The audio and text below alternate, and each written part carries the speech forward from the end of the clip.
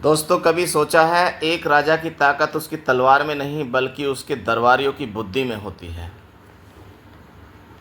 एक ऐसा सम्राट जिसके दरबार में थे 9 रत्न, हर एक अनमोल, हर एक बेजोड़। एक ने संगीत से वर्षों लाई, एक ने कविता से दिल जीता और एक ने चुटीले जवाबों से बादशाह को भी निरुत्तर कर दिया। ये कहानी है अकबर और उनके नवरत्नों की, एक ऐसे स्वर्ण युग की जो भारत के इतिहास में आज भी चमकता है।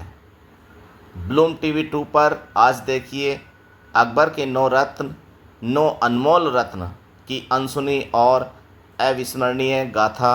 बादशाह जलालुद्दीन मोहम्मद अकबर मुग़ल सल्तनत के तीसरे शासक एक ऐसे राजा थे जिन्हें न केवल युद्धों में विजय प्राप्त करने में आनंद आता था बल्कि उन्हें बुद्धिमानों, कलाकारों और सच्चे गुणियों की संगति में भी विशेष रुचि थी।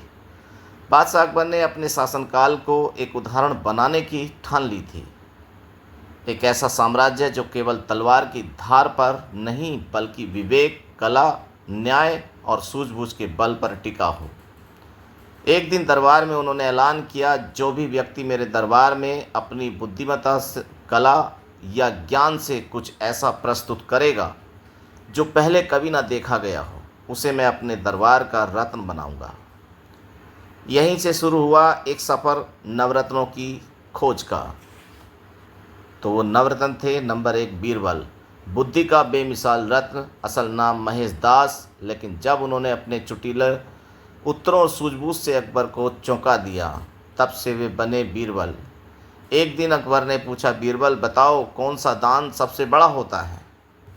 बीरबल मुस्कुराए बोले, जहाँ दाता अपना नाम ना बताए और याचक कभी किसी को बताए नहीं कि उसे दान मिला, वही सबसे बड़ा दान होता है।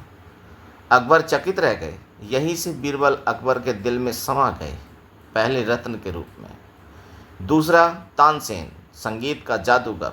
तानसेन, जिन्हें मुगल मूलतः रामतनु पांडे के नाम से जाना जाता था, एक बार काशी में गा रहे थे। जब अकबर के एक मंत्री ने उन्हें सुना, तानसेन को दरबार में बुलाया गया और जब उन्होंने राग मेघ मल्हार से वर्षा ला दी, तब बादशाह ने उन्हें दूसरे रत्न का दर्जा दिया। तानसेन की कहानी संगीत की शक्ति की गवाही है। उनके रागों में आत्मा बसती थी। तीसरे हैं अबुल फजल, नीतियों का निर्माता। अबुल फजल को अकबर ने उनके लेखन और राजनीतिक बुद्धिमत्ता के कारण दरबार में बुलाया। वे अकबरनामा और आईने अकबरी जैसे अमूल्य ग्रंथों के लेखक थे। उन्होंने अकबर को सर्वधर्म समभाव की ओर प्रेरित किया। वो केवल लेखक नहीं बल्कि एक सोच के वाहक थे। तीसरे रत्न के रूप में उन्होंने अकबर के शासन को एक नया दृष्टिकोण दिया। चौथे थे फैजी, कविता का जादूगर। अबुल फजल के भाई फैजी दरबारी कवि और फारसी के विद्वान थे। जब उन्होंने अकबर के सामने एक कविता सुनाई जिसमें उन्होंने न्याय, करुणा और साहस को एक कविता में पिरोया, अकबर ने उन्हें गले लगा लिया। उन्होंने अकबर के दरबार को साहित्यिक रूप से समृद्ध किया और चौथे रत्न के रूप में स्थान पाया। पांचवा, राजा टोडरमल, आर्थिक व्यवस्था का स्तंभ। राजा टोडरमल अकबर के राजस्व मंत्री, जिन्होंने भारत की सबसे बड़ी भूमि व्यवस्था नीति बनाई, जिसे जाब्ती प्रणाली कहा गया। अकबर ने उनके अनुशासन व्यवस्था और आंकड़ों के प्रति समर्पण को देखते हुए उन्हें 5वां रत्न माना। उनकी नीति आज भी आधुनिक प्रशासन की नींव में देखी जाती है। छठे नंबर पर थे राजा मानसिंह, वीरता की मिसाल। राजा मानसिंह आमेर के राजा केवल युद्धवीर ही नहीं थे बल्कि एक ऐसे योद्धा थे जिन्होंने राजपूतों और मुगलों के बीच सेतु की भूमिका निभाई। उन्होंने अकबर के लिए कई युद्धों में भाग लिया और उनका नेतृत्व, साहस और निष्ठा छठे रत्न के रूप में उभरी। सातवें थे अब्दुल रहीम खान खाना, दोहों के रत्न रहीम, जो अपने दोहों के लिए आज भी प्रसिद्ध हैं।